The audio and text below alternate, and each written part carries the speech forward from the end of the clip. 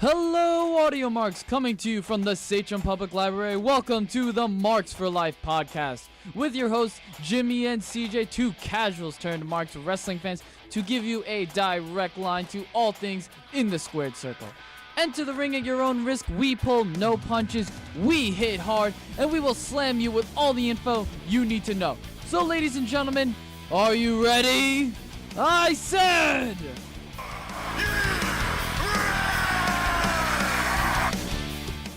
And welcome back, guys.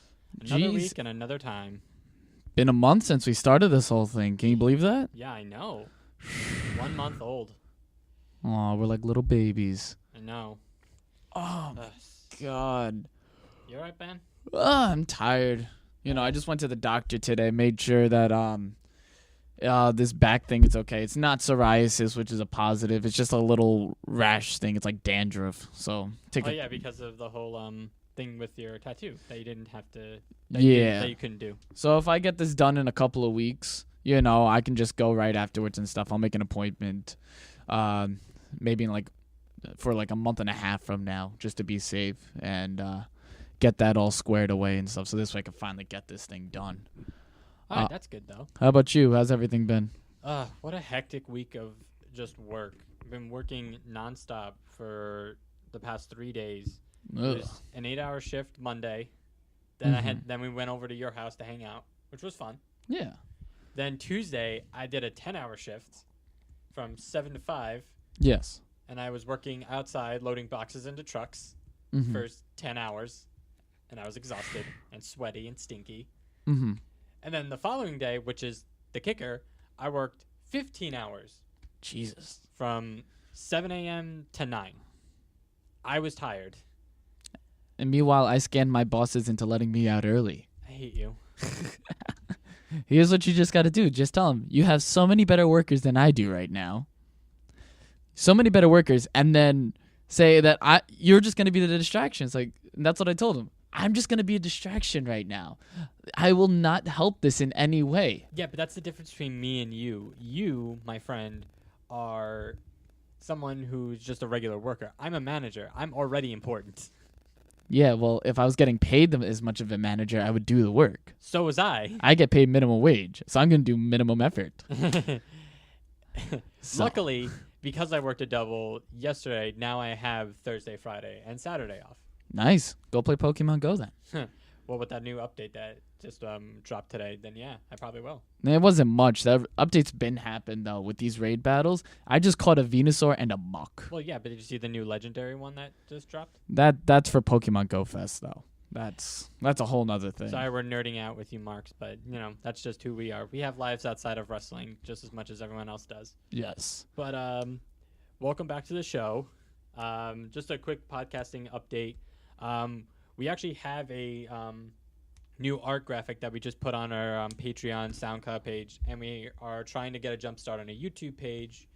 I'm going to try putting all the old archives on there, but I just have to do some more editing for making it into like a video thing, and we'll see how that works out. Yes. Shout out to Catherine Neffelberg for designing our banner.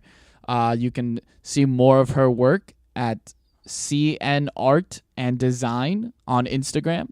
If you want to see more of her artwork, you know, she does take booking. So you can definitely follow her and you can see all of her work. You know, she put our faces up on her banner. our goofy dork faces. Your goofy dork face. Recheck again, my friend, because it's majority your faces on there. Yeah, my face is beautiful. We also need to give a shout out to Mike Salim Seg, because he also created our OG M4L graphic, and because that's the one that we've been mainly using to put on our podcast. Our logo and everything is such. So he is. Hold on, I just gotta bring up his social media. I believe he's on Twitter at Mike Seg.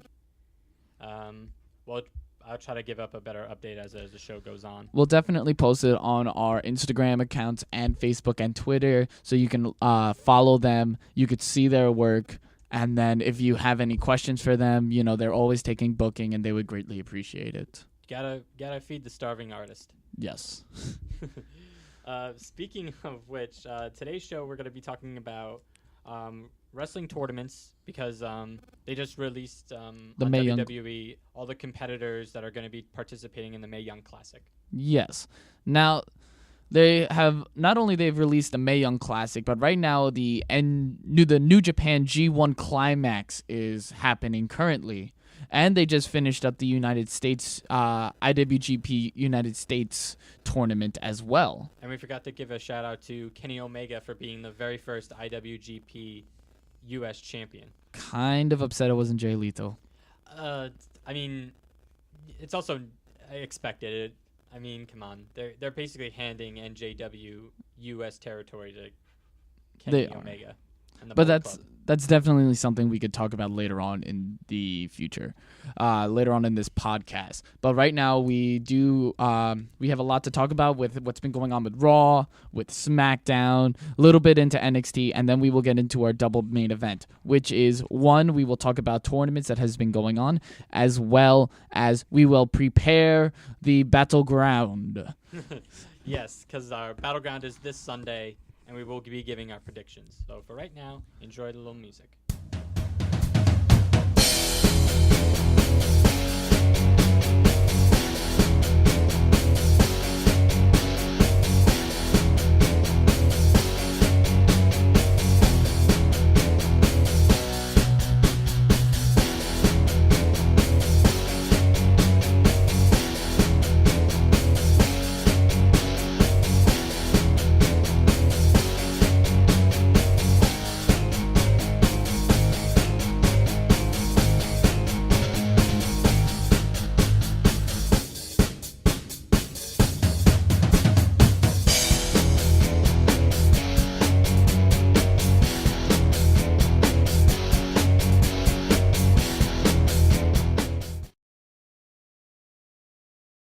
Oh, there we go. And we are back. So, time to recap Raw. What an eventful Raw. Raw's been a very, on top of itself the past month. Yeah, it's finally gotten to that point post brand split where it's starting to get really good. Yeah. And it definitely took over a year to do that. But it's really starting to get good, in my opinion. Yeah, of course. So, the first thing that we got to talk about is the Intercontinental title picture. I'm telling you. Right now, it's The Miz, the IC title champion, while Dean Ambrose and Seth Rollins both have problems with him. This has to lead to a triple threat at SummerSlam. I think it will, too. And I very much enjoyed the promo, the back and forth that those two had, and then the eventual attack that the Miz and his entourage, the Miz-tourage, gave to them. That whole back and forth, because they teased the Shield reunion, and I don't know if that's gonna lead to an actual reunion, whether that's gonna be at SummerSlam or if that's gonna be I don't know, WrestleMania. I'm thinking that it's not gonna be a Shield reunion. Okay. I'm going to think it's going to be a Dean Ambrose heel turn. Really? Yes. Now imagine this. You have, Seth Rollins, who has been doing probably the most phenomenal promo work and character development since Triple H. Since his program with Triple H through WrestleMania. This program with Dean Ambrose is different than anything we've seen from him. Mostly it's been, I'm better than you, I'm the breakout star of the Shield. You see so much remorse, and they didn't really touch on that with Roman Reigns and Seth Rollins when they were partnering late last year in 2016, that winter and fall. Here, they're actually going into it. Dean Ambrose has every right not to trust him.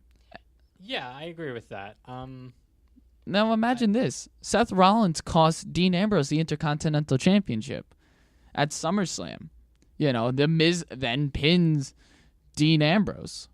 Dean Ambrose then goes on a tirade and beats the holy hell out of Seth Rollins.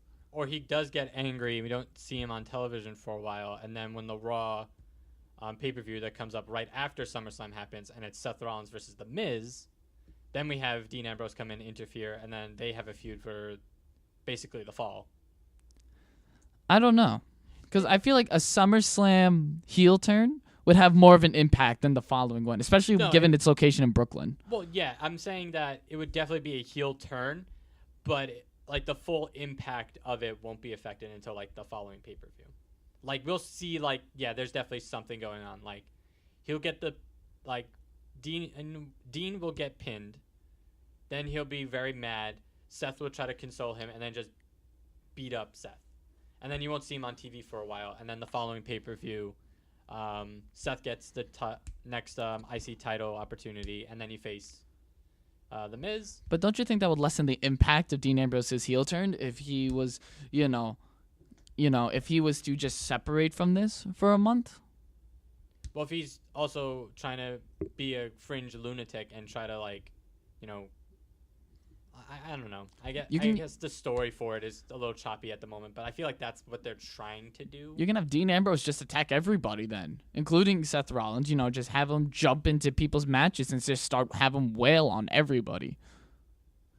But this would leave it into a program with Seth Rollins and Dean Ambrose, in my opinion. But where would that leave The Miz? Who would be the next logical IC title contender? Intercontinental contender. Personally, I would like to see Heath Slater. Oh yeah, absolutely. I've been pushing for this since the brand split last year, and I wanted either Heath Slater or James Ellsworth to take the IC title off of The Miz at WrestleMania. I think it's most likely going to be Heath. He's been getting more airtime as of late and stuff, unless we get the Titus Worldwide brand, and Apollo Crews starts racking up wins. Oh God, no. I don't want, no. I love the Titus Worldwide thing. It's a great gimmick, but for right now it can't. Mm-hmm. I think it needs to be more Heath Slater for this, because I feel like that's what they're trying to do with the former members of 3MB and giving them big titles. What about Goldust? Can you see a Goldust and The Miz feud? Not now. Well, yeah, I could see it. Not now, but yeah, it would be so entertaining to see Goldust just do his Shattered Truth on The Miz and just, do his director's thing and do whatever he's been doing and stuff, because he's just a creepy Attitude Era version of The Miz. Yeah, I know, and I kind of like it. I like the idea that you're spinning.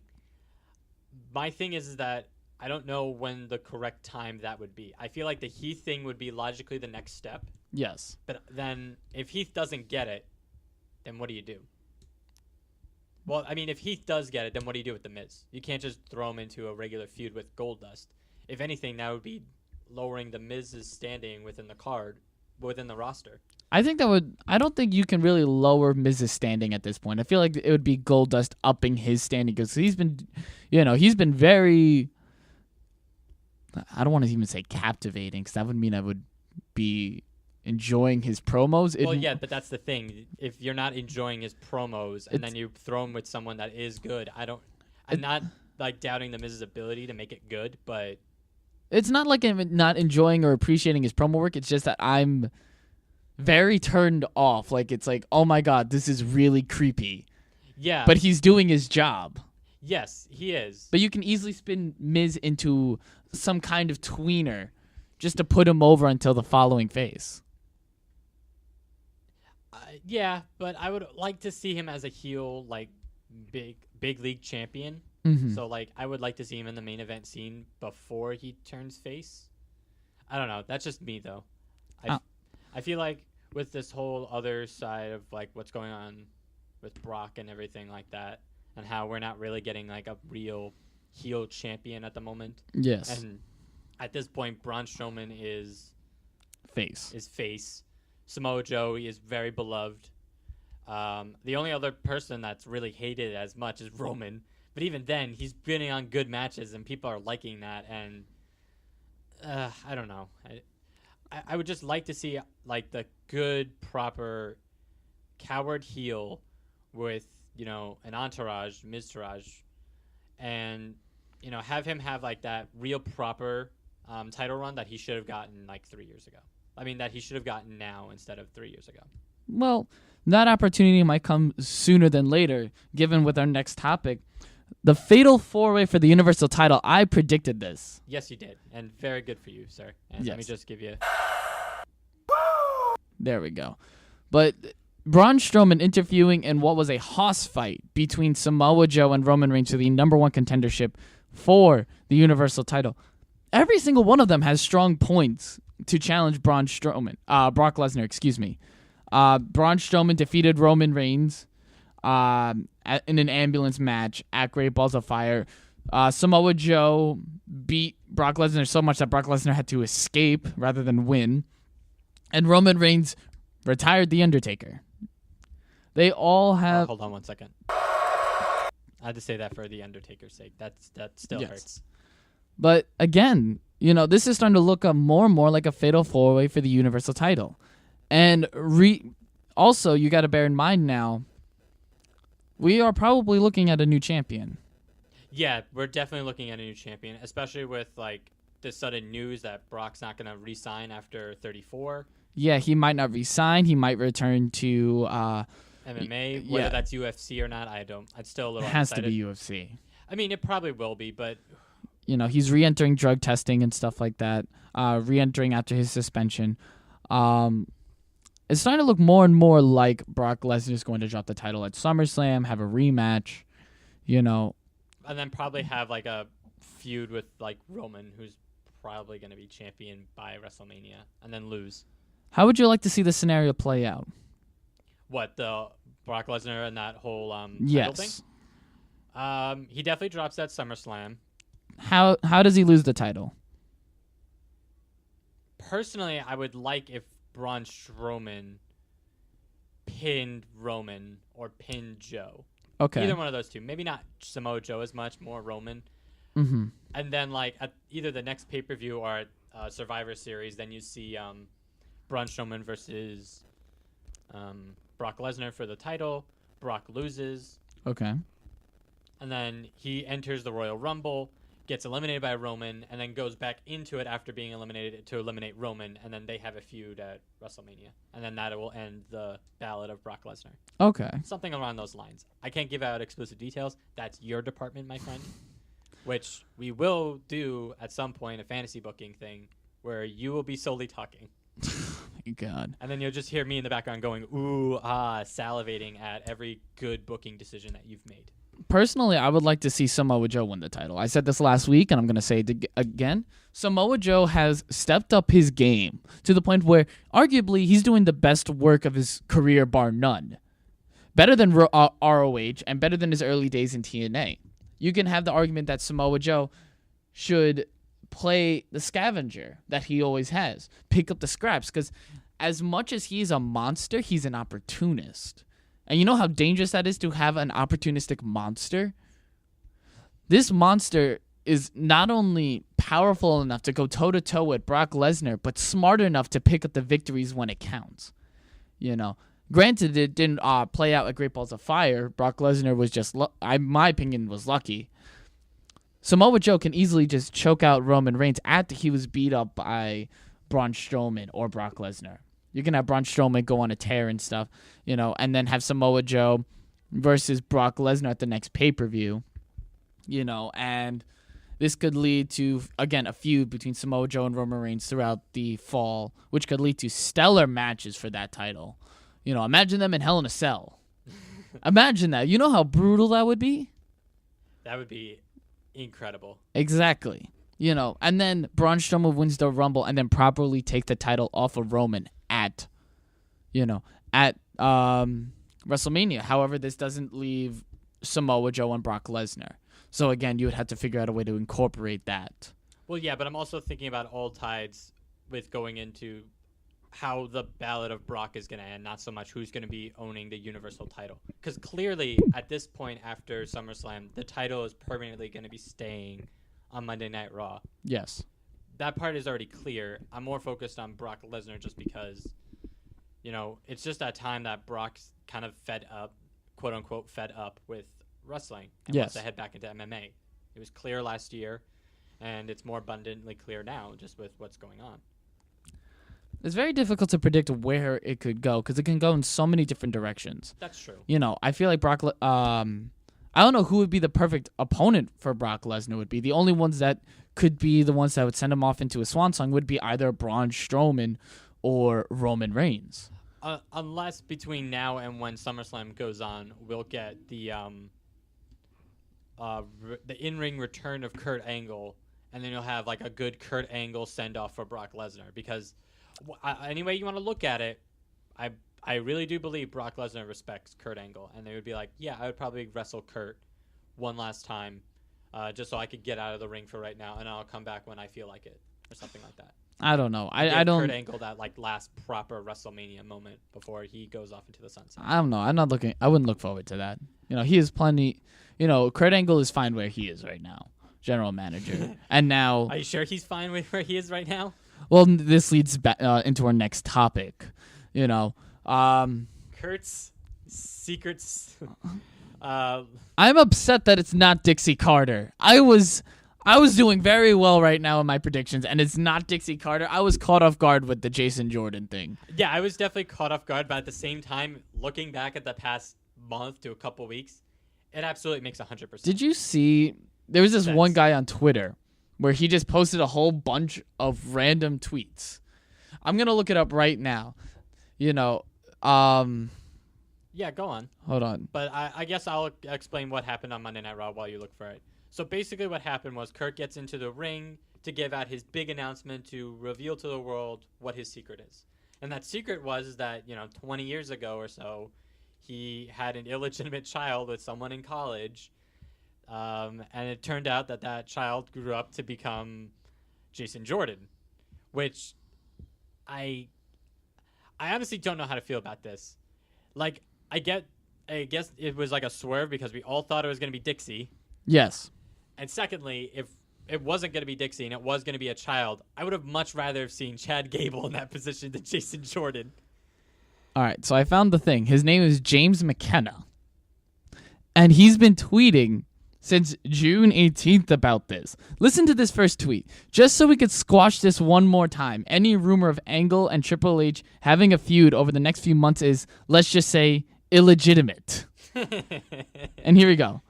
These are his following tweets from, I believe it was that day when it was happening, and I'm going to read them in order.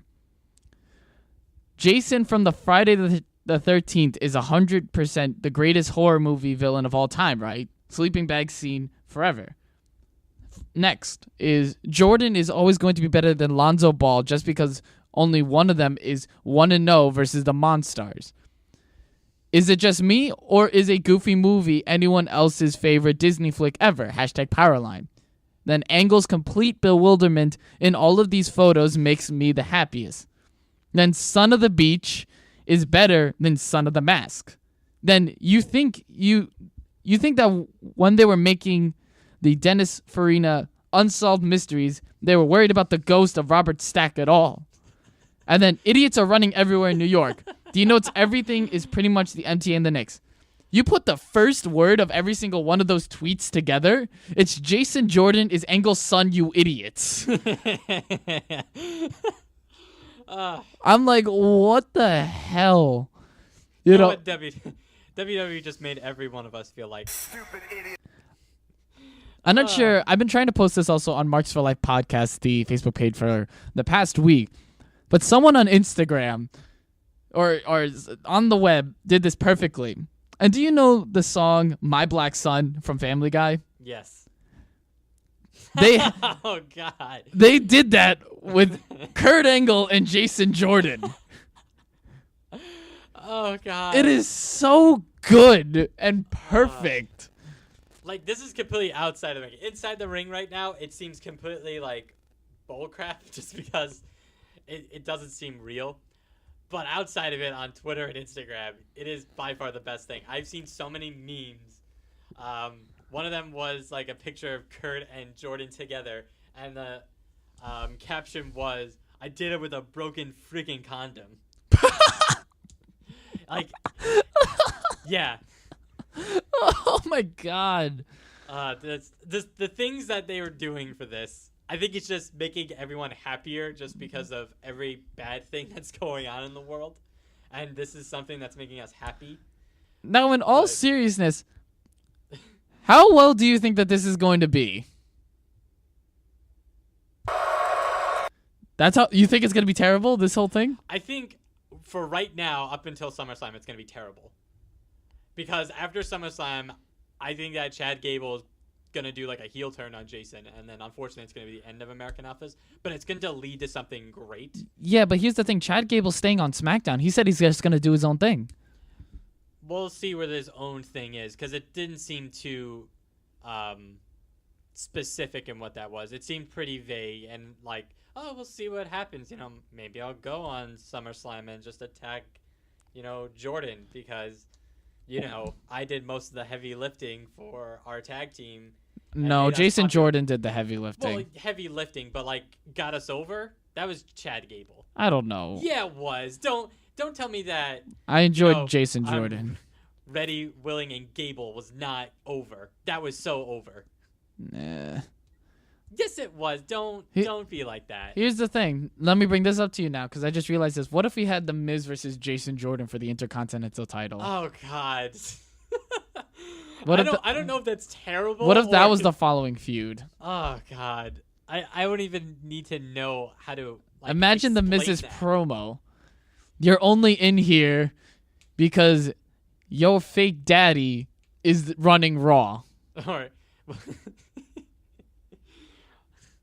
Because Jason Jordan could be built up as the person to take down Miz's Intercontinental title, and with Kurt Angle, his father, as the general manager of Raw, you can easily make that argument. Yeah, but then that would lead to Kurt Angle being a heel, and I guess you could see that happening. But if you're Kurt Angle All-American right now, you'd probably be like, no, Jason, you're gonna earn your way for the title, so you're gonna face off X, Y, and Z for the next 3 weeks, and then at the next Raw pay-per-view, then you'll get the #1 contendership. Yeah, that's fine. Well, that's how you would see it. I feel like when you're saying that, it's going to be more like, no, he's just going to give it to... I'm talking as Miz would.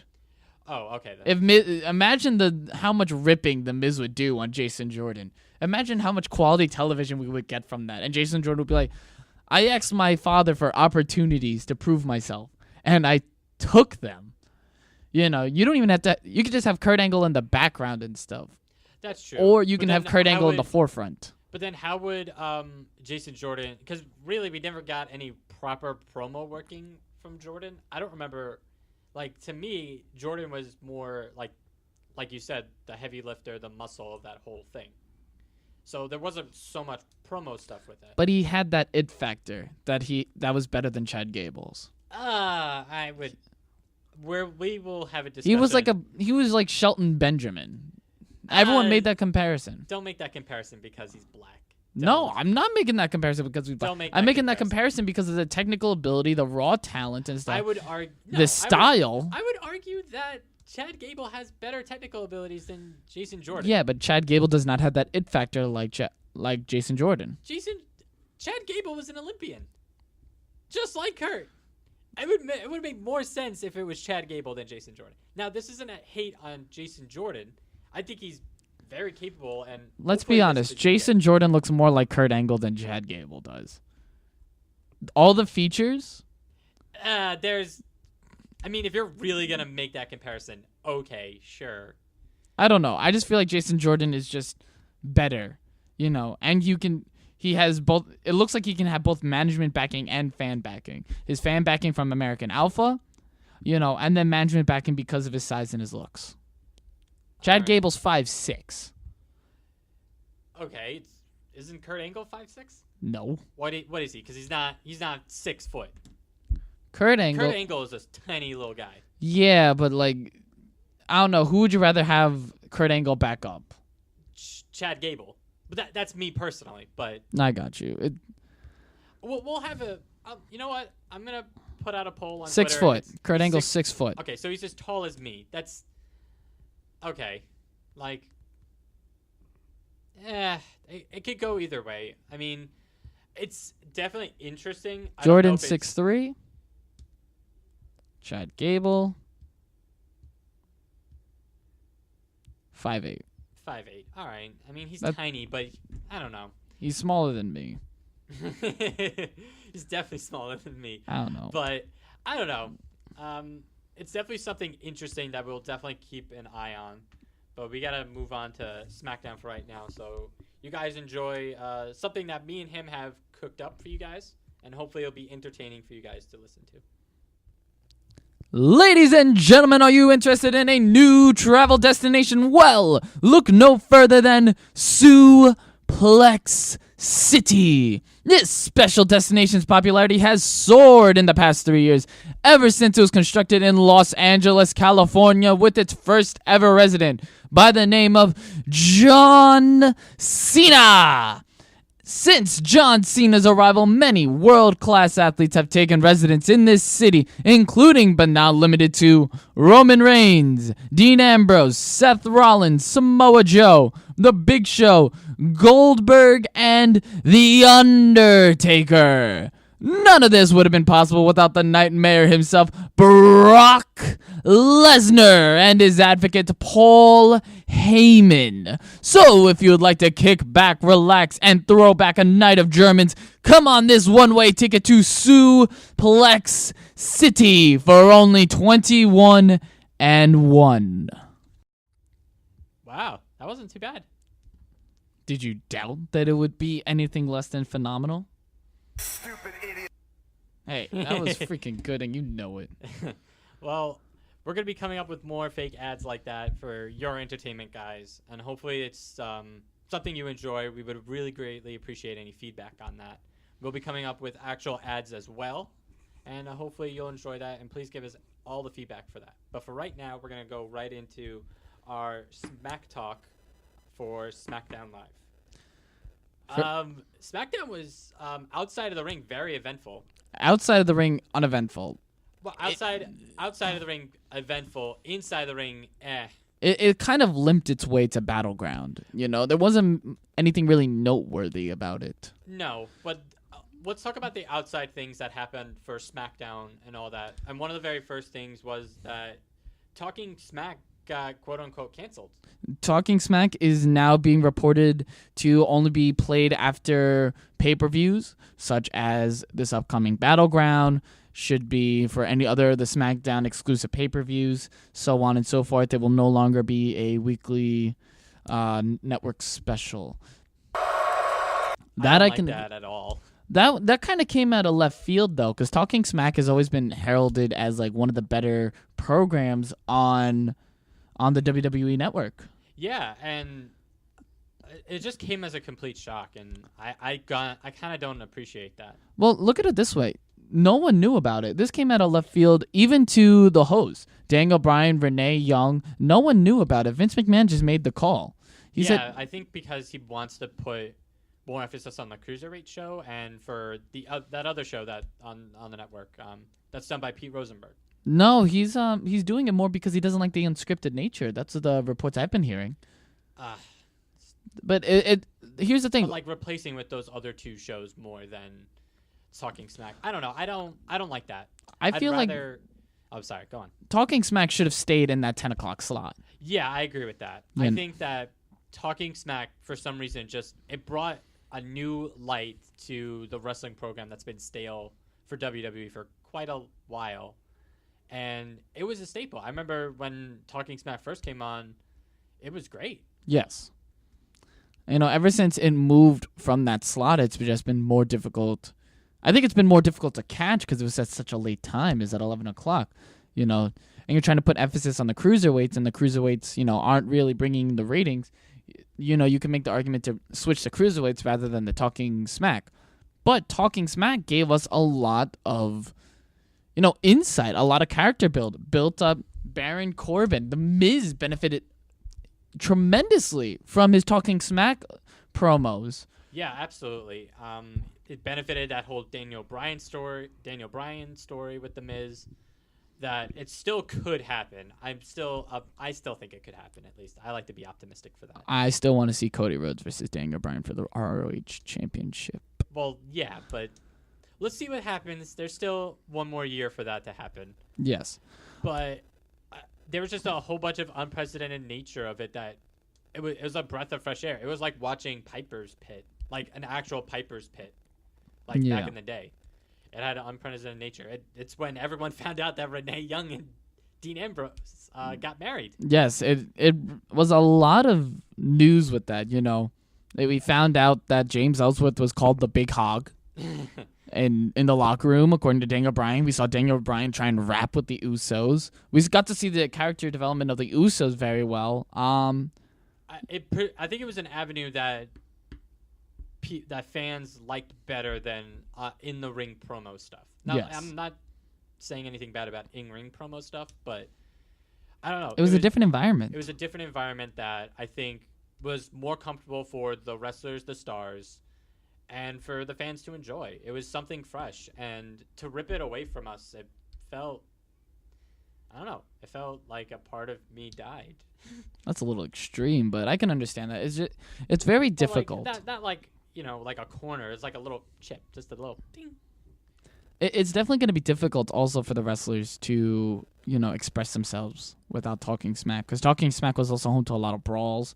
Baron Corbin on Sami Zayn, Carmella on Nikki Bella, and subsequently Natalya on Nikki Bella. And so there was a lot of things that happened on Talking Smack. John Cena literally burning everyone to the ground with his promos on Talking Smack, which just then translated to SmackDown Live.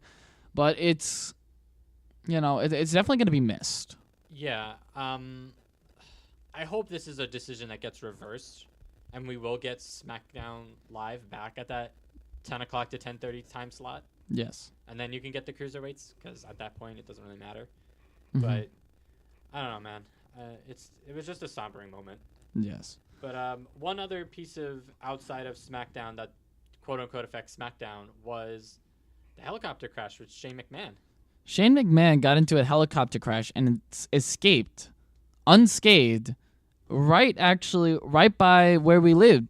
We hail from Ronkonkoma and Coram. Comac? Oh, okay. Comac. That's my girlfriend. Oh. So pretty much Comac and Ronkonkoma of Long Island. This happened literally about 20 minutes to half hour away from us in Babylon of Long Island. This is very close to us, which is, that's pretty scary. Well, yeah. So the story was that he was taking a helicopter ride from, I believe, the city to the Hamptons. I think that's the story. I could be wrong on that. But anyway, there was a helicopter ride from the city that had to make an emergency crash landing into the ocean right off of Jones Beach, Gilgo Beach, I think. It was Gilgo Beach. Gilgo Beach. And everyone was fine. No one got injured or anything. Shane was taken back to the shore. He was not scared or anything like that. He basically took a huge bump and survived from it, which if you're looking on Twitter and Instagram on it, some of the other best tweets and whatnot coming from it. It is very exciting. I saw a couple of them. I think one of them was from Matt Jackson, who's part of the Young Bucks, and he was like, Shane McMahon takes a bump from a helicopter and then brushes it off like it's nothing. And then another one from Tommy Dreamer saying, gets into a helicopter crash, rubs it off. I think he's a vampire or something like that. It's just... I'm going to make the argument that he's Bruce Willis from Unbreakable. Listen, he can jump from a steel cage, land on a table, and get quote-unquote hurt from that. He can get speared to what looked like a head snap from Roman Reigns. He can do shooting star splash at WrestleMania against AJ Styles and not hit AJ and just land flat on his face on the ground. And bear in mind, this has all happened in the past year. And this is just the past year. The very first crazy thing when he jumped off the Titantron into an airbag essentially, but still something scary and that you can't really prepare if something bad happens. Yeah. Just time and time again taking bump after bump, something that you gotta respect from Shane. But here at Marks for Life, we're glad that he's safe. We're glad that this is something that hopefully he can use in a storyline at some point in SmackDown. Rusev already called him out on it. Rusev pretty much said, "This is what you get for not answering my phone calls. Karma." I'm like, wow, Rusev. That's why it took him so long to debut on SmackDown after the Superstar shakeup. I don't know. But that was one of the things for that. But inside SmackDown, Breezango, wow, just some of the most entertaining promos and vignettes. I enjoyed XFiles. I kind of took a little bit of a break when Mulder left the show, but I got back into it with this past season, and seeing them, Fandang Mulder, or what was it, Muldango? I think it was Muldango and what was the? It's something Well, with it was Mulder and Scully, so it was probably like I really Breezy can't. or something. I don't know. There's something stupid like T that. T Scully or something like that. Maybe. But the fact that you could still get Tyler Breeze dressed up as like a woman, cross-dressing and all these stuff is fantastic. I want to know though, who is their attacker? Because they called him out at Battleground. Yeah, and with a horse head, and that was their horse head from the Walker Texas Ranger. Yeah, and that was upsetting. So not only did they skip from X-Files, they did one for Walker Texas Ranger, Miami Ranger, Vice, 90210. They did a Godfather scene because that's how that horse head thing when they Casablanca. They did the box thing. Where was that from? Oh God, someone on Twitter or Instagram or one of the comments from when this podcast gets posted. Please let us know what what's in the box thing was from. I remember it was for something that Brad Pitt did a while back, but I just don't remember. Let's see. But that was funny. There was a Casablanca thing, Law and Order. There was a lot. There was a lot, and the fact that they could keep doing Sherlock Holmes. The fact that they could do this week to week just makes them great entertainment. But going back to your question, a couple weeks ago we thought that it was going to be American Alpha, or at least you thought that. I was pretty sure it was going to be American Alpha, but it's not. So now neither one of us have any clue. It's not the Colognes. It's not the Ascension. I don't think it's going to be the Hype Bros. But I have two theories, and I don't know how likely it is. One of like the more, it's probably a new team from NXT or something like that. What team can NXT afford to lose? That's the problem. I don't know, but it could be. That's the thing. Yes. But my other thing, and this is like, it's possible, but I don't see how it connects well, would be the Bollywood Boys, the Singh brothers. That's always a possibility. That's the only other tag team I could think of. But yeah, again, why would they have any reason to attack Breezango? I don't know. I mean, we'll find out hopefully at Battleground. That's what the note with from the Horsehead gave us. So like find out at Battleground or something like that. And yeah, because there's no other tag teams. It doesn't seem like anyone on the roster is going to be paired up. Unless it's someone outside of WWE, but who could that be? I think we would hear some rumors and reports by now. Unless they're keeping it really secret, and then for some reason it's the Young Bucks. No, the Young Bucks wouldn't do that. The Young Bucks have such a good deal. Just go along with us, fans, marks out there. If it is the Young Bucks, how excited would you be? Not very. You wouldn't be excited at all about the Young Bucks. Not that it would be in a Breezango program. I'd rather them like interfere with AJ Styles. Okay. I'd like that connection to be known rather than debut against Breezango. It wouldn't make. There's a better way to handle that debut. Right now, you wouldn't mark out if it was the Young Bucks. It would, but I wish I would have wanted their debut to be handled better. Okay. We're not saying it is. We're just speculating. You're speculating. I'm not handling. I'm not. No, you're out of the predictions game for right now, just because you've been. I can't think of anyone though. That's the thing. Like I'm going through all the roster in my head, and everyone's being utilized in some capacity, unless of course, it's Eric Rowan and Luke Harper. Ooh. Because I forgot I made that prediction. Luke Harper and Eric Rowan. Ooh, I like that. I like that a lot. That's something that you totally just. I forgot that I made that prediction with you a couple podcasts ago, but it was a couple podcasts ago on our non-posted ones that are on our secret archives. Luke Harper and Eric Rowan could be a great great addition to the tag teams as well. It could be a great introduction for them. Yeah, that's true. I mean, they've been off for a while though. They've been off since Payback. Payback was the last time we really saw any of them. We saw Luke Harper on Smackdown a couple of weeks ago against Jinder Mahal in a losing effort, but that was the last time we really saw any of them. I feel like that though this could be a great way to reintroduce them. I would very much enjoy that. But the speculation that it could be another tag team from outside of WWE is also enticing. So, yeah, but the fact that we forgot about Luke Harper and Eric Rowan, who really deserve a tag title reign. But that, we forgot about that. So this could lead to that. And if it is, I'm back on track because that's the only other team that makes sense. This is true. Now we're gonna. Speaking of what doesn't make sense, why is the main event scene of SmackDown just god awful? And that is our topic right now. It's like, what's going on with this main event scene? I cannot. I think it's the fact of the Punjabi prison match, which we'll get into more in our predictions. But I don't know, man. I like Jinder. I really do. But it's hard to like him when he's with Randy Orton. And it's hard to like Randy Orton because he's with Jinder Mahal. I'm not excited for this pay-per-view. Between the dual main event of John Cena's return With Rusev in a flag match. Yes, which boo. I couldn't care less. I just want John Cena to win. Why would you want him to win? Because he needs some momentum going into the whole Jinder Mahal program. Unless that's going to get... I don't know. I feel like... Yeah, we'll get into the whole predictions thing about that, but go on with your point. And Jinder just has to be done with Randy Orton. They both... The mistake was giving Randy a third opportunity with Jinder. Yes. They could... You should have done it on SmackDown at least one time and then be done with it. And then it should have been someone else. Because they just don't have good chemistry. And I'm just tired of seeing Randy in the main event scene, and I know that's a horrible thing to say about Randy. Well, Randy's taking time off after this. Good. He needs it. Or we need it. We do need it.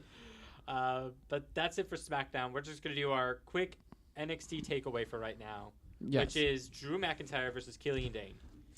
Drew McIntyre is the #1 contender now for glorious Bobby Roode.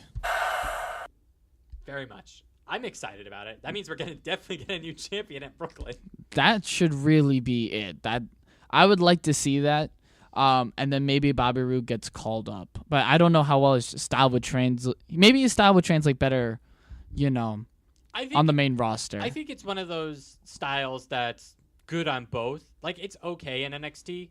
And I think the entrance has a lot to do with the fact that he's still relevant. But once he gets to the main roster, he should be definitely a blowout. I think it would translate better, Yeah, he'll be a blowout, and it'll be fantastic and great and awesome. Because we kind of need a character like that. Yeah, I think we do. I think we're missing like that. SmackDown. SmackDown would be the. Well, hold on. You didn't even let me ask my question. But which brand would benefit the most from it? SmackDown. I think SmackDown. It's in need of star power right now, especially with the whole Randy Orton, John Cena losing their luster. John Cena's, possible. John Cena's admitted it himself that he's winding down in his career. Here's something I kind of want to bring up just because of that whole thing that happens with NXT. If John Cena loses to Rusev, and that's a big if. Yes. And I would like to see that happen. Yes. If John Cena loses and then he goes on SmackDown, he does a promo, would Bobby Roode make his quote-unquote debut with the NXT Championship on that SmackDown? That would be glorious. But I don't think it would be appropriate. Okay. I feel like you're better off building up Bobby Roode. Well, yeah, but then you have Bobby lose the title at TakeOver Brooklyn to McIntyre. Which we will get into more of that whole match in a second and that whole NXT thing. Mm-hmm. But then you have him feud with John Cena for a little bit just to build him up a little bit more, and then you don't get the title change for Jinder until a little bit later. Possibly a Survivor Series will finally get John Cena to have that big 17 World Championship reign to finally dethrone Ric Flair. But I mean, that's how I kind of seeing it now. I mean, what do you think? I think Bobby Roode needs to not be in a program with John Cena right away.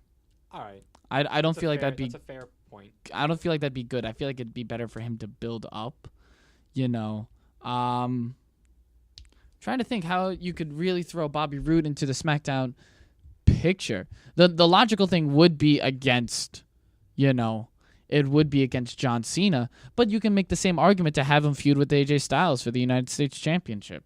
They do have past history, that you could build off of that. I've said before that I would have enjoyed seeing a TNA kind of stable with Samoa Joe, Bobby Roode, Austin Aries, and AJ Styles. But unfortunately, AJ Styles and Bobby Roode are on SmackDown, would be on SmackDown. Samoa Joe's on Raw. And then Austin Aries is no longer with the company. So that is kind of out the window.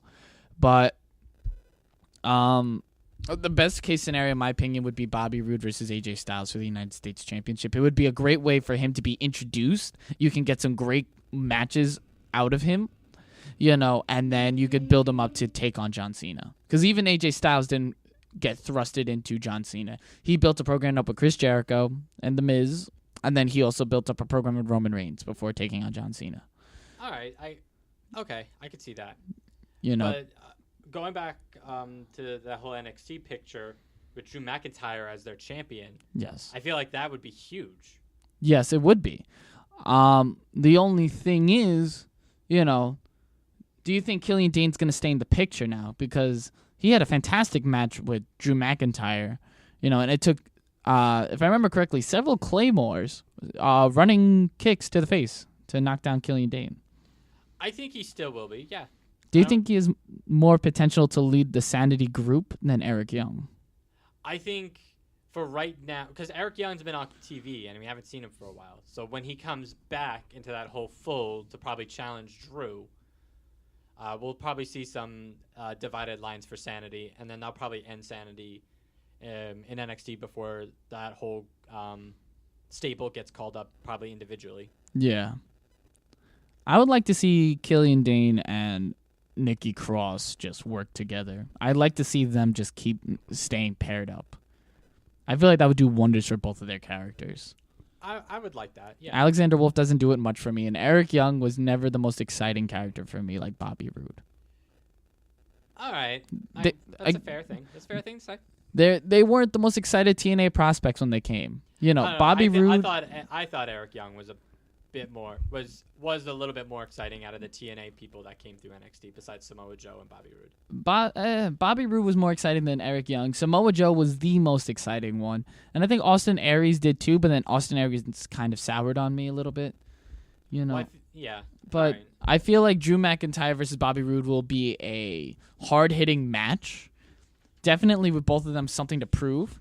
I believe that Drew McIntyre should take the championship away from Bobby Roode. I would just like to know who the next challenger would be to Drew McIntyre. You can make the argument for Killian Dane, Andrade Cien Almas, Roderick Strong, Hideo Itami is a heel, Aleister Black. That's definitely speculation, but let's hopefully see that McIntyre does get the victory over Roode. Let's hope for that first and see where that goes. Would you be okay if Bobby Roode won the title against Drew McIntyre and Drew McIntyre then debuted back on SmackDown? Oh, yes. Would you rather that? I don't know. That's tough to say because I'd rather see all members of 3MB as champions first. But we'll definitely talk about this next week because this is something that I think we should come back to. Okay. Let's just kick it off to our next ad break, and then we'll get right into our main event. One of them, at least. Hey, guys. Do you ever want to go to a local wrestling show in your town, but you can't afford the tickets to a WWE event? Well, look no further than Full Faith Wrestling. Full Faith Wrestling is a non-profit professional wrestling ministry with a church-like atmosphere for fans and families alike. Founded by indie wrestler and former WWE prospect Mike Magnum, following the calling put on his heart after wrestling professionally throughout the independent circuit and even making it up to WWE's flagship program Monday Night Raw as well as SmackDown Live and NXT, he and his wife Stephanie are now finding a new way to utilize Mike's experience and passion for the wrestling world by helping youth, adults, and families alike to find a positive wrestling atmosphere as well as to get to know the church and God. Please support them and help them make their first show come soon to you by donating at GoFundMe.com/FF Wrestling. And you can also follow them on Instagram at Full Faith Wrestling 1 And please like them on Facebook at Full Faith Wrestling. Thank you and God bless. And we're back. And now for our main event. We're going to be talking about tournaments throughout the entire wrestling world, with a quick update on the Mae Young Classic that kind of already started, but it won't be televised until August 20th.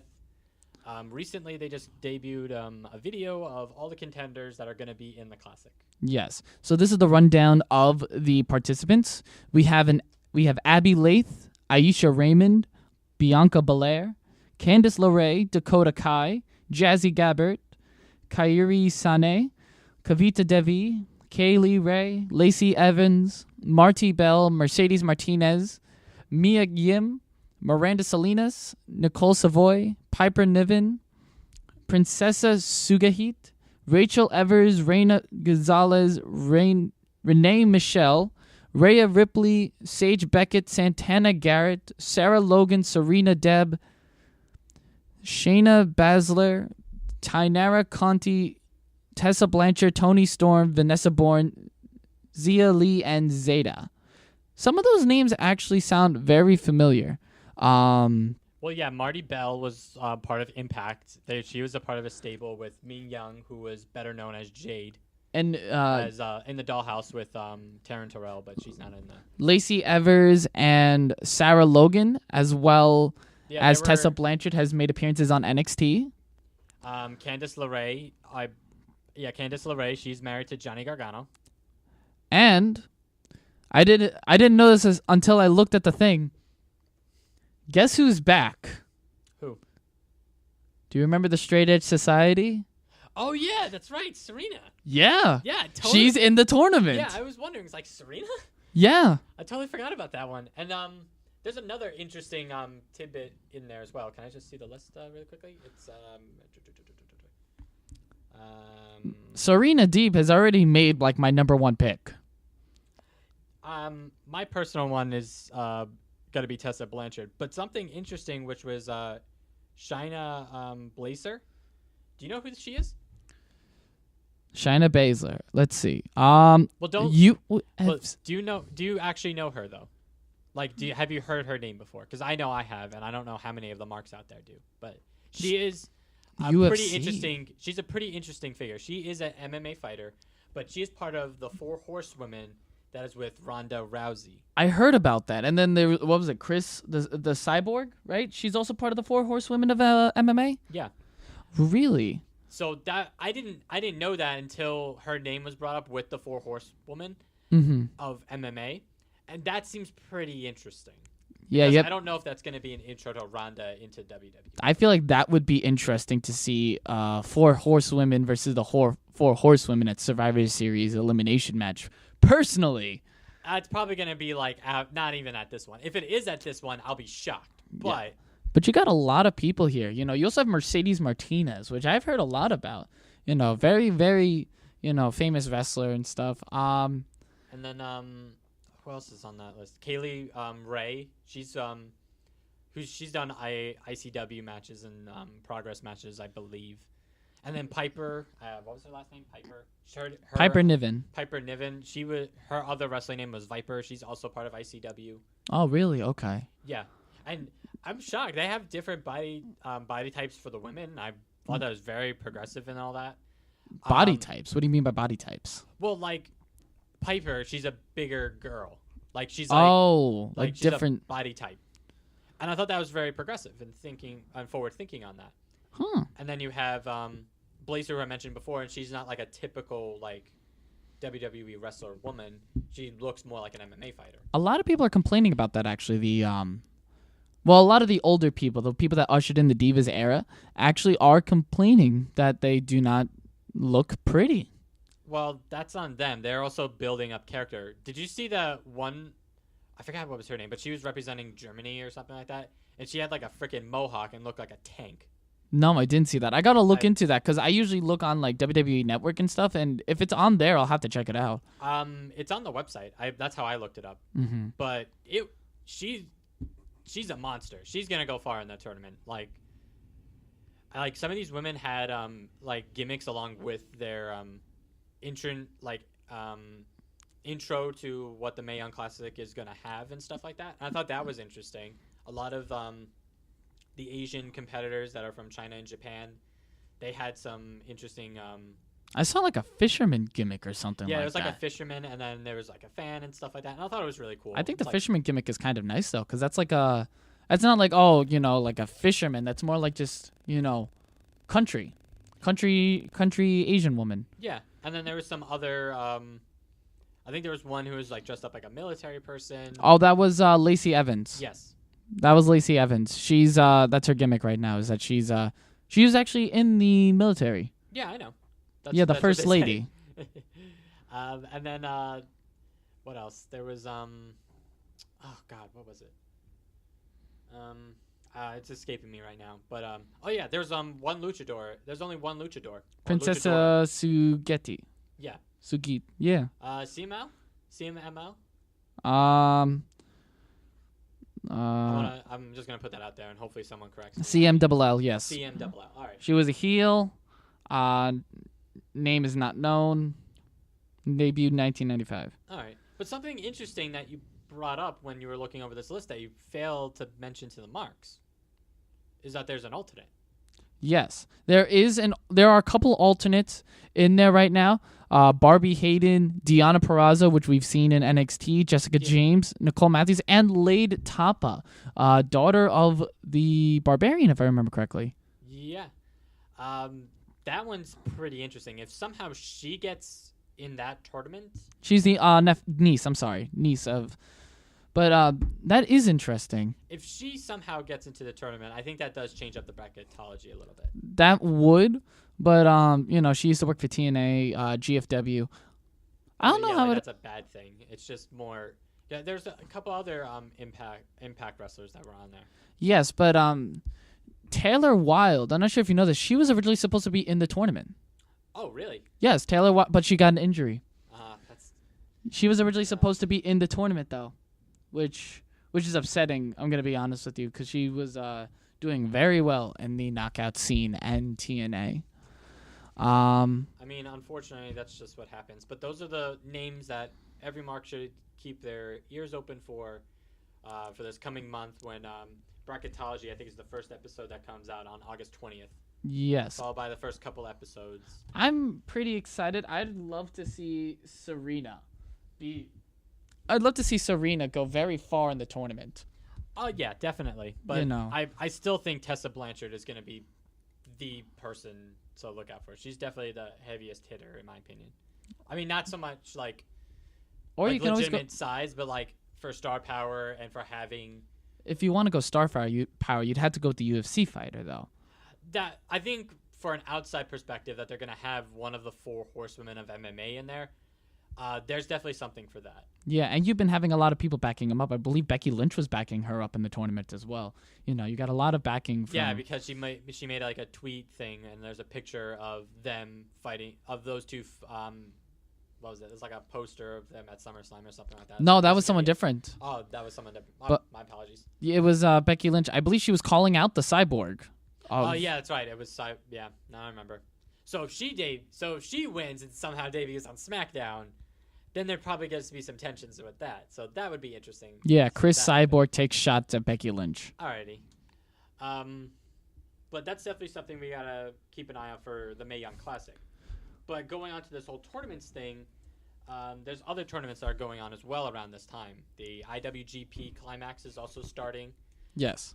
I know in Great Britain they're doing something called the Pro Wrestling World Cup, and they started doing qualifiers and stuff like that for the different countries and different wrestlers that are involved in that. Mm-hmm. I don't remember if Bola is going to be starting soon, but Bola is coming up as well, which is the Battle of Los Angeles tournament for PWG. Pro Wrestling Guerrilla. New Japan started their G1 Climax. I just said that, bro. Pay attention. Sorry, I was picking my things really quickly. Oh, God. But can we just talk about the G1 Climax really quickly? Because that is a tournament that I feel like something like that should be implemented in WWE, the way they do that. Well, yes. Like the whole block by block victory thing, and like you have to win. What was it? You have to win 2 out of 3 matches in order to progress, or what was that? It's all right. So it's in a block. There are about 4 blocks of about 8 competitors, if I remember correctly, and you have to win the most matches in your block. Okay, that's what I was thinking. Okay. A lot of people have benefited from this G1 climax, though. Most recently, first person to come to mind is Kenny Omega. Yeah, he got a 6-star match out of winning 2 6-star matches. Well, yeah, 2 6-star matches after winning the G1. The year before that, I think it was Okada. Yeah, Okada, because he faced I think Tanahashi. Yes. At the previous for his Wrestle Kingdom match on that. So the winner of the G1 gets a title shot for the IWGP Heavyweight title at Wrestle Kingdom, which happens every January before. Which leads us into the question of like whose careers have benefited from most from the tournament. Definitely Kenny Omega has to be up there. Oh yeah, Kenny Omega, Tanahashi, Okada is definitely for those are like the immediate ones that come to mind for any tournaments. For the G1 Climax. For G1 Climax. And then you got to make the argument with Kenny Omega. He won the inaugural IWGP United States tournament. To become the first IWGP US champion. Yeah. Okada's really soared, though, from that G1 Climax win. Same with Okada. I believe Okada's a multiple-time winner of the G1 Climax. Yes. I don't know. I think definitely more than 2. I believe it was like 2013, if I remember correctly, or 2012. And then if you're going to go into other tournaments, you have the Best of the Super Juniors tournament. The last year, Will Ospreay won that one. And nope, that was the year before. Kushida was last year. In 2016 or 20? I remember it was Kushida was 2016. Okay, so Will Ospreay made the finals of the 2016, but the 2015 he won. Wasn't that this one that just happened, though?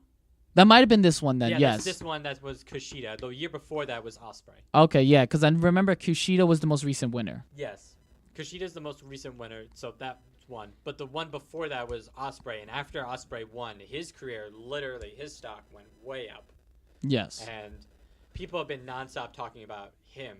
And one of the matches for that battle of the Best of the Super Juniors was him and Ricochet, which literally had the wrestling world split it down 2 lanes of either it was awesome or it was crap. Yes. And that whole started that whole dive comment and stuff like that. And there are other tournaments that have happened that is actually pretty good in my opinion. Well, yeah, one of them I just said was the Best of the Super Juniors. That's NGW one. Yeah, but I'm talking about different companies. Look at TNA's Bound for Glory. Oh yeah, the Bound for Glory series. I remember when they first started doing that, and I thought it was one of the smartest ideas I've ever heard in my life. Yes. It's basically a point system where you get 10 points for every pinfall or submission you get. 10 points for submission, 7 for pinfall. 7 for a pinfall, and I think 5 for every draw, and then you get nothing if you lose. Yeah, and then you get 3 like disqualification counter. You get that's points. like a 3-month process or something like that. Yes. And then like it gets lower and lower, and then the ultimate winner gets the main event title spot for Bound for Glory. Bound for Glory against the world champion, which I thought was one of the smartest ideas. I feel like it's kind of lingered in the past couple of years just because of TNA and where that lies. But they had some good moments with that. You had the first Austin Aries AJ Styles match in 2014. The past winners I can think of automatically that come to mind: Bobby Roode, one of the first winners. You had Jeff Hardy. You had AJ Styles. Those are fantastic names. Former world champions and stuff. Those they did well for tournaments, but I think because of just how TNA is structured at this time, that's why it's not picking up as much speed and as much hype as it normally would. Yes. Other tournaments that have happened was the Cruiserweight Classic that happened last year, which that was excellent. Fantastic. That set the bar for a lot of for the singles tournaments that happen in WWE now. And it also set up the bar that unfortunately we have for Cruiserweight matches. Yes, it did. Which at some point we will talk about more of the Cruiserweights, and I know we keep teasing that, but yes. But the Cruiserweight Classic was fantastic. There was not a better tournament thing that WWE's ever done. I'm going to make that argument that there has been much better tournaments than the Cruiserweight Classic. I feel like the Cruiserweight Classic, though, was more impactful for what it started. Okay. Which one would you say would be better? First thing that comes to mind is the WrestleMania 4 tournament to determine the WWE Championship. It was a 16-man tournament that occurred throughout the night, culminating in Randy Macho Man Savage's first WWE Championship win, and it came over defeating the $1 Million Man. That was an excellent tournament. We saw stuff like that in the Survivor Series Deadly Games 1998, as well as Survivor Series in 2015, tournaments to decide the new WWE champion. However, that was the first, and that was probably one of the biggest. Again, you had like Andre the Giant, $1 Million Man, Hulk Hogan, Ted DiBiase, Randy Macho Man Savage. You had a lot of big names with that tournament and stuff, and that was the golden age of professional wrestling.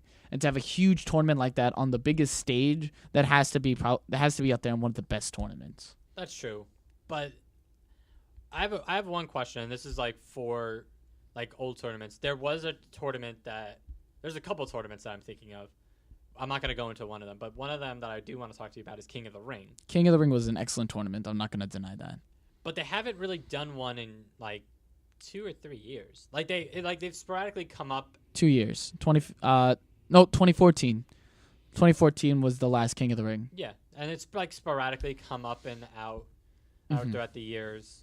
And personally, I love it, and I feel like that's what their version of the G1 should be. Yes. But for some reason, they're not doing that. I think since the Money in the Bank came up, they've been more focused on the Money in the Bank and the potential that has over the King of the Ring. But go on. Sorry. King of the Ring should be brought back, though. I do agree with that. King of the Ring, Queen of the Ring. And that should determine challenges for SummerSlam. Well, okay. Well, that's how it was originally. Oh, okay. Oh, well, yeah, all right. Brock Lesnar won the King of the Ring tournament, challenged The Rock in 2002 for the WWE Championship. You had, Stone Cold win the King of the Ring. I believe he then had an opportunity to the WWE Championship. I could be wrong. There were some cases where King of the Ring led to WWE Championship opportunities at SummerSlam. I feel, yeah, okay. And I agree with you that they should do that. I feel like they should bring that back and do that as a network special, just like something that happens week by week leading up to SummerSlam. Yes. But for some reason, they just don't do it anymore. I think it's because Vince doesn't like the idea of King of the Ring anymore. Why do you think he wouldn't like the idea of King of the Ring? I don't know. I feel like he doesn't like the idea of tournaments as a whole. I feel like tournaments is a big thing that Triple H and Stephanie love a lot. Which is evident. You could see that with the Dusty Rhodes Tag Team Classic. Past 2 years, you could see that. The United Kingdom Championship Tournament, Cruiserweight Classic, this Mae Young Classic. There have been a lot of tournaments as of late. But King of the Ring, though, given how Triple H is getting more and more power, you could probably see that come up in the next year or two. I would very much like to see that happen because, A, I'm tired of tournaments being called Classic in WWE.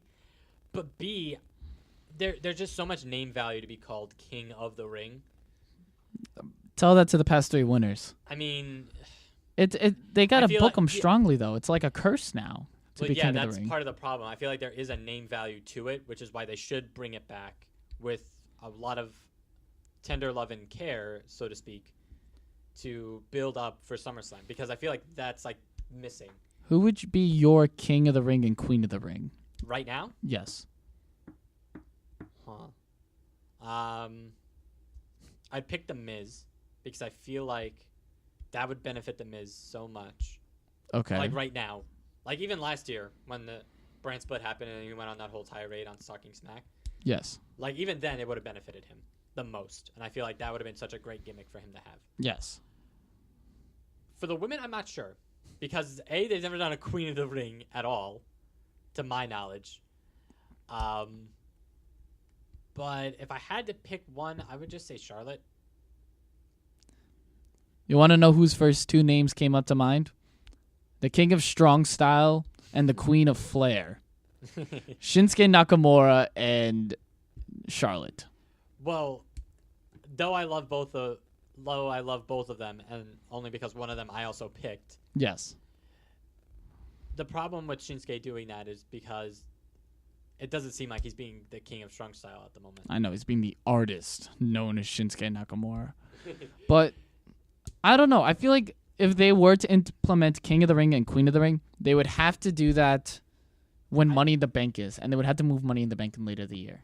Well, I think that they shouldn't do Money in the Bank as a pay-per-view anymore. They should do that periodically on the 4 main pay-per-views. Periodically on the 4 main pay-per-views, or... Well, yeah, so like 1 year, like they'll have like a, I guess a lottery system of like which one will have the Money in the Bank ladder match for that particular 4 main pay-per-view. Because that's how it was born. It was born out of WrestleMania, and then it evolved into a pay-per-view. But I feel like having its own pay-per-view, I don't like the idea of it being a shared one. I would much rather it be a shared match on one of the big 4 pay-per-views. Well, how would the women do it then? Because they wouldn't. Well, same thing. Other be like one will be like at WrestleMania, and the other one will be at SummerSlam, or one will be at Survivor Series, and the other one will be at Royal Rumble. Well, here's the thing: you really can't do much of Royal Rumble. No, you so can't. That would limit it to 3. WrestleMania, you can have only one of the 2, so that means the other one would have to be at like SummerSlam or Survivor Series, and Survivor Series has its own thing. So it finally now with the whole brand split happening, finally did something good with it. Although with not another draft having happened this past summer, I don't know if they're going to continue doing that. What if they make Money in the Bank though later on in the year though? Have it replace something like Hell in the Cell or something like that. But then that would require it being owned by either Raw or SmackDown, and thus defeating the point of that. I would much rather be on something that they share, and I feel like Money in the Bank just doesn't get that. But that's getting off topic for tournaments and stuff like that. But I agree with you that for putting tournaments, it should be right around that early summertime. Yes. And then leading up to SummerSlam. I feel like that would be a smart way of doing it. Unless you have the King of the Ring go concurrently into the Money in the Bank pay-per-view. Well, imagine that. I feel like it should have like those matches, like some of them on pay-per-views. Yes. Because I feel like that would be like the easy fill, and it would make those matches mean something. Yes. But I feel like it should be its own separate thing on the network as well. That way it boosts up both network ratings, and it would also... yes. That's just how I would... I think you can also even have qualifying matches on NXT. Yeah. That would be interesting. And also qualifying matches on Raw and SmackDown, too. And then imagine that. Bobby Roode makes his debut through the King of the Ring and then wins. Exactly. Again, tournaments do have a lot of uses. You just have to figure out where to place them and commit to those that you've picked. It can't be like Wade Barrett or Sheamus or William Regal, the past 3 winners. I mean, if they are going to do that, it has to be something meaningful behind it, and that's the point of that. Yes. If you don't make these tournaments meaningful, what's the point of doing them? Yes. But that's all of our tournament talk for now. We'll probably give you updates on the Mae Young Classic and possibly the G1. Yes. But right now we're going to kick it to a break, and we'll get right into our predictions for Battleground.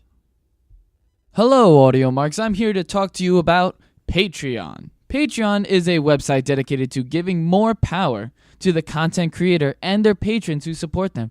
By giving them an avenue of direct support, these creators can create any kind of art with Patreon. Music, drawings, videos, and yes, podcasts. There's no middleman. So please head over to our page on Patreon, Marks for Life Podcast, to support us with a $2 donation. With this donation, you can get all of our podcasts on our page, and you can get a special shout out from ourselves, Jimmy and CJ. Or you could just do the regular $1 donation just to support the podcast. Now back to the show, Audio Marks. Thank you very much. All right, and we're back.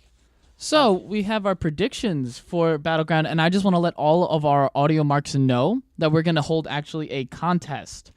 We would like to hear your predictions as well. We're going to throw something up on the day of the pay-per-view as well as who we are picking.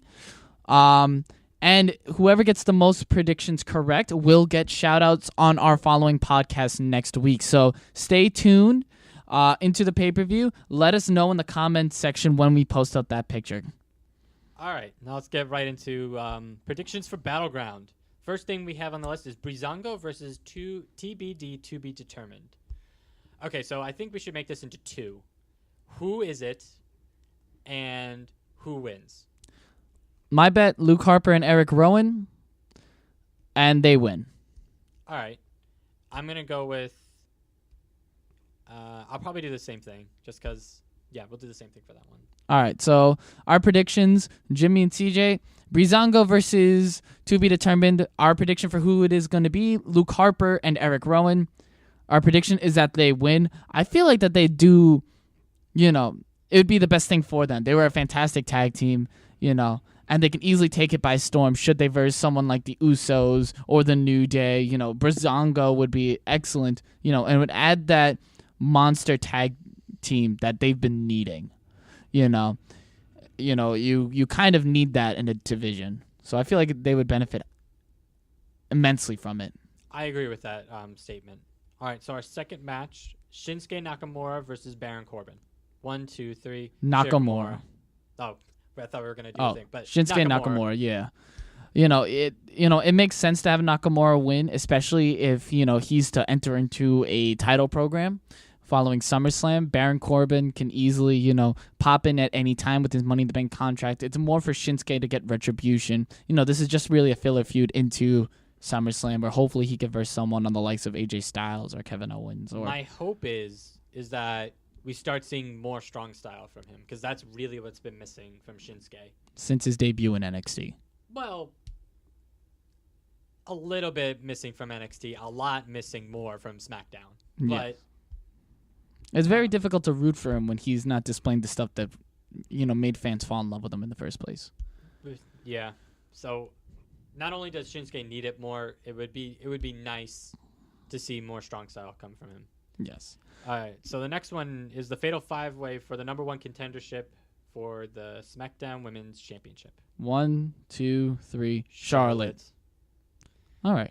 Charlotte has the biggest thing going for her. She's still the crown jewel of SmackDown Live. Granted, she lost to Becky Lynch this past SmackDown, but I feel like Charlotte versus Naomi would be the best thing for them for the upcoming SummerSlam pay-per-view. Yeah. Yeah, I agree with that. There's a possibility of it being Becky just because of what happened on this past SmackDown with their match. But if Becky Lynch is truly entered into that program with the Cyborg, she would be better off, doing that and having. That's true though. It might be just a tease, just to swerve the fans. But we'll see what happens. But I'd rather see Becky Lynch in that program. That's true. But there's also the possibility of Tamina Snuka. I feel like there's a possibility for that. I don't know if they would get as much hype than Charlotte would, but it's still something. Who do you think Charlotte would eliminate to win? Because it's a 5-way elimination match. Who do you think would it get eliminated first? Probably Becky. Becky would get eliminated last. Who would get eliminated first? Lana or Tamina? I'm guessing Natalya. Yeah. I mean, yeah. I guess see Natalya getting eliminated first. But I feel like Charlotte though should win. I feel like Charlotte and Naomi have been clamored for ever since their first encounter on SmackDown. It would be a fantastic way to have a great singles program for women's wrestling. That's not a multi-woman match. So I feel like it would be better to have Charlotte win. Your opinion? Yeah, I agree with that. And then we get Charlotte to have the championship at SummerSlam. I feel like that would be good. And then I would like to see something with Tamina and Charlotte. I don't know. There's something with that's intriguing me that I would like to see more. Yes, those two second-generation stars that I don't think I've ever met in competition, or at least singles competition. No, I definitely think tag competition. Yeah, back during the dark times of the Divas Revolution or Women's Revolution, whatever you want to call it. But let's move on to the next match, which is the tag team match: the Usos versus New Day. 1, 2, 3. Usos. Yeah. It's hard to not. It pains my heart to not align myself with the New Day, but the New Day has to win. Lose. I'm sorry. Usos should win. And extend this program into SummerSlam. Yes. Or make it like a 3-way tag match. Usos, New Day, and the winner of Breezango versus whoever, or even Fatal 4. But the New Day's crowning achievement should be SummerSlam. And then the heel turn be the following SmackDown when they lose it. And now that American Alpha's out, which, damn it, WWE, you could have had it where American Alpha defeats New Day in such quick fashion that Big E goes on a rampage, but no, you don't. So, throwing Breezango in there. All right, that's fair. You But know. I don't know about. I don't know. We'll see what happens. But the next one is the U.S. Championship match: AJ Styles versus Kevin Owens. AJ Styles. Yeah, hand down. Has to be AJ Styles. I just don't know where this would leave Kevin Owens because AJ Styles could easily have a program with Shinsuke Nakamura. What's going to happen with Owens? Well, no, I don't know. I would have thought first that it would probably be Shinsuke and Owens first. Yeah. To then crown for the U.S. Championship opportunity, but I don't know yet. It's really muddled, this one. This one's probably not going to be the best of the SmackDown pay-per-views, which is really sad to say. Yeah. Oh, But you forgot on this list. Who do you think is going to win, Ty Dillinger or Aiden English in the kickoff show? I left that off purposely because we're not including that in this game. Fine. But if I had to pick, obviously it's Ty Dillinger. I mean, I was going to say Aiden English just for kicks. Shut up. All right. John Cena versus Rusev in a flag match. We're both going to differ on this one. I Yes. feel like John Cena should win this match to go have some momentum versus Jinder Mahal. I think you're wrong because I feel like Rusev needs this more than John Cena. I feel like Rusev's lower on I the feel like- totem pole than John Cena. No, but in order to get Rusev more into the main event title picture, what better way than to go over John Cena? I don't feel like Rusev's going into the main title picture, at least not right now. Yes, he is. I don't think it's Who else is appropriate. going to be in the main title picture after Randy Orton leaves? John Cena? John Cena. John Cena and Baron Corbin, you can easily make the arguments for. And Yeah, then but that's AJ Styles, two. Shinsuke Nakamura. AJ Styles has Sami the U.S. Zayn. Championship. Sami Zayn's going to be too busy with Mike Kanellis. To be honest and frank, I think Rusev... I think this is his time to be in the main title picture. So what are we going to have? Rusev versus Jinder Mahal at SummerSlam? Probably not, but I'm just saying, like, if this is going to help him perpetuate into that momentum of being in the main title picture, this is a good way to start off. This is exactly how AJ Styles started off with getting that really Rusev big is not victory. AJ Styles, though. Yes, I understand that, but I can't ignore that. I'm tired of John Cena always beating Rusev. I'm tired of that. Do something fresh and new. How about Rusev beating Shane McMahon for putting him in the match? Imagine that's going to be the SummerSlam match. It's going to be Rusev versus Shane McMahon. Loser has to basically dive off a helicopter. That's a little much. I feel like that's where it would lead, though. John Cena logically makes sense to win the match and then go on to versus Jinder Mahal. When have you made WWE ever be logical about things? When have you ever bet against John Cena? I don't know. SummerSlam last year was a pretty good indication. Yes, but here's the thing. Rusev has more momentum going in as a loser. If he used to go in as a loser, come out of this as a loser and then take it out on Shane McMahon. Well, unless he I beat John Cena after being in this stupid match, Shane, and I want something better. I want the title. And he's like, whoa, relax there. You're going to get it after facing X, Y, and Z or something like that. Because I could see that happening. I don't think Rusev's going to go over John Cena. I think John Cena's going to win. All right, so we'll agree to disagree on this. All right, so the last match. Jinder Mahal. Jinder Mahal. It has to be Jinder Mahal. Jinder Mahal versus Randy Orton in the WWE Championship in a Punjabi prison match. It spells Jinder. It spells Jinder, Well, and it spells the end of this goddamn program. Okay. So, two things with this. Three things. One is that whenever WWE comes up with a concept match, usually the person that the concept is for always loses. I don't know why. That's sometimes always a bit. Khali lost in the first ever Punjabi prison No, he match. didn't. Yeah. Second ever. The first one, he was injured, and the Big Show took his place against Undertaker. Okay, so the match that was designed for him, he loses anyway. Yes, and the second one against Batista. Then you have the Boiler Room Brawl, which is the one for Mankind. and He lost won that. Um, Boiler Room Brawl, he won. no, Boiler Room Brawl, he lost. Yes. He won. He was going against the Undertaker. Undertaker was about to win. Then Paul Bearer hit him in the head with the urn. And then he gave the urn to Mankind. All right. Well, we'll check this out, and you'll prove But- me wrong. yes. We'll see what happens. Kane's lost his Inferno matches. Undertaker's lost several Hell in a Cells And buried alive. He He has won his casket matches, though. And his last ride match. So, Kane has lost his ambulance matches. No. He won the first one. Excuse me. yeah. So for like gimmick matches in this, it's hard to say whether the person that it's meant for is gonna always win or always lose. Yes. So there's that. The other thing is that we're just tired of Randy Orton and Jinder. Yes. That needs to just stop. Yes. I like Randy. I think he's a good wrestler. I just don't think with Jinder it's good for him because he's not a natural face. He's a natural heel. Yes. Which is why it doesn't work. Yes. And then the third thing is that we're going to need Jinder to go into SummerSlam as the champion to see if he does face off against John Cena. Which he will. And we'll see what happens. This pay-per-view is going to be very interesting to watch, but I don't think it's going to be one of their What are you excited for? What are you excited for, and what's going to be the show stealer? The show stealer is probably going to be AJ Styles and Kevin Owens, and that's probably the one I'm most excited for. Okay.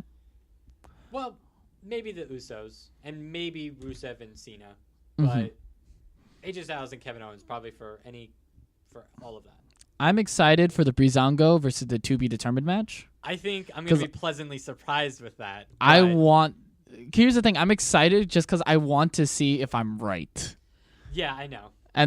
But I feel like AJ Styles versus Kevin Owens would be the show stealer. I do agree with that. All right. But other than that, that is the podcast. Yes. But are you going to be coming over this Sunday, or are you studying? I got a concert, actually. I'm going to see Boston and Joan Jett. Jones Beach. What? I got the tickets for $20.